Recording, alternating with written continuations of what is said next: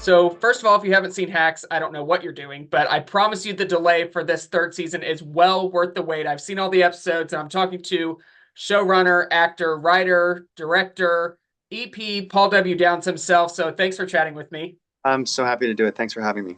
Yeah, so catch us up on Hacks. Where'd we leave off? Where are we headed in this new season? So Deborah and Ava, we left them in a precarious place. Deborah fires Ava at the end of season 2, partially out of the goodness of her heart, so that Ava can be pushed out of the nest and move on to the next thing, and also in a way to be a little self-protective because they were getting close, which is always hard for someone like Deborah Vance. And when we come back this season, it's been a year, and both women are at new heights, new career heights, and the only thing missing is each other.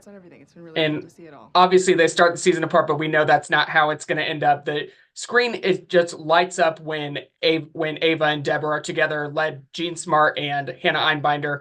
What was it like just making this chemistry that who knew what it could be between these two actresses?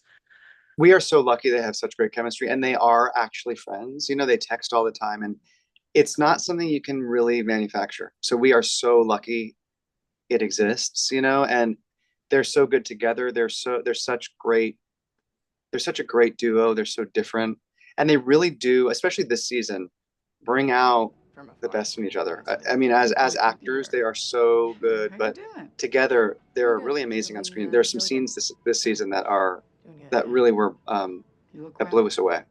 Yeah, and they're so great, but also supporting them is this incredible ensemble. Obviously, your character, Megan Stelter, Carl Clemens Hopkins. This is such a great ensemble show, despite having, obviously, we know Jean Smart is the lead and Hannah Einbinder. What's it like being a part of this great ensemble?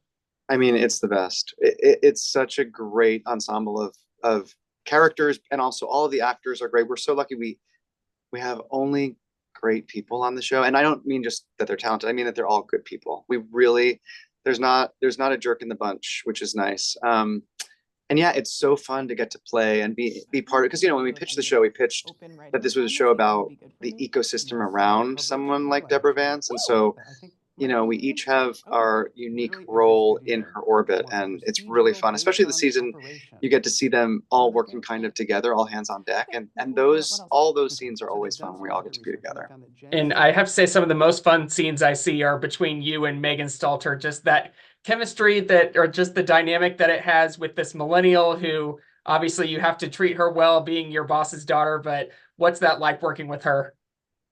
I mean, working with Meg is a dream. We have so much fun together. I mean, we met doing stand up and doing live shows together, and we just like to make each other laugh. So, I think you can kind of feel that when you watch. We often break because it's hard not to laugh when you're with Meg. But this season you also get to see some more vulnerability and some sort of more emotional turns for both Jimmy and Kayla, which we also really like doing, because it's not something that we always get a chance to do on screen, and so it was really gratifying to do that this season. And as the show builds up more and more steam, obviously people are coming to you. Hey, can I be a guest on the show? And the lineup of guest stars on this season is just incredible. Tell us about some of these characters. We don't have to spoil them though.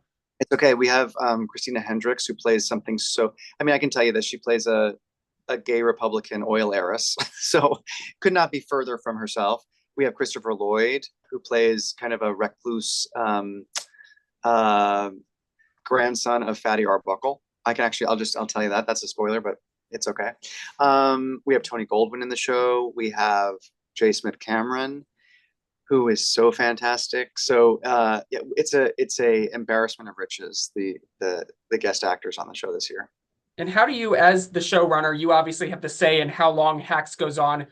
Us as audience we will continue accepting more seasons and more seasons. When do you decide how long you take this show? Because obviously we've seen shows that come and go, they end too early or they overstay their welcome. What's that like being a showrunner for that? But we never want to overstay our welcome. So we're always conscious of that. But I do feel like we want to tell the story and end the story the way we always envisioned. And when we pitched the show, we pitched the very last scene of the very last episode. So to get there, obviously there's a little wiggle room, but we did pitch it as 5 seasons. I've said that before, so I'm happy to say it again.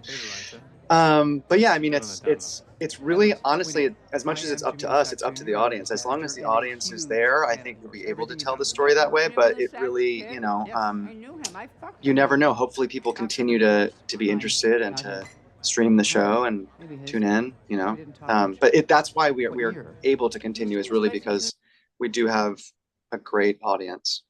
And the audience just keeps building every season. And now you kind of have the Hacks on Max. It just kind of flows so easily. So Yeah, people, make sure you watch Hacks on Max starting Thursday, May 2nd on Max. Yeah, obviously. right. Maxonista. Yeah. There you go. Thank you so much.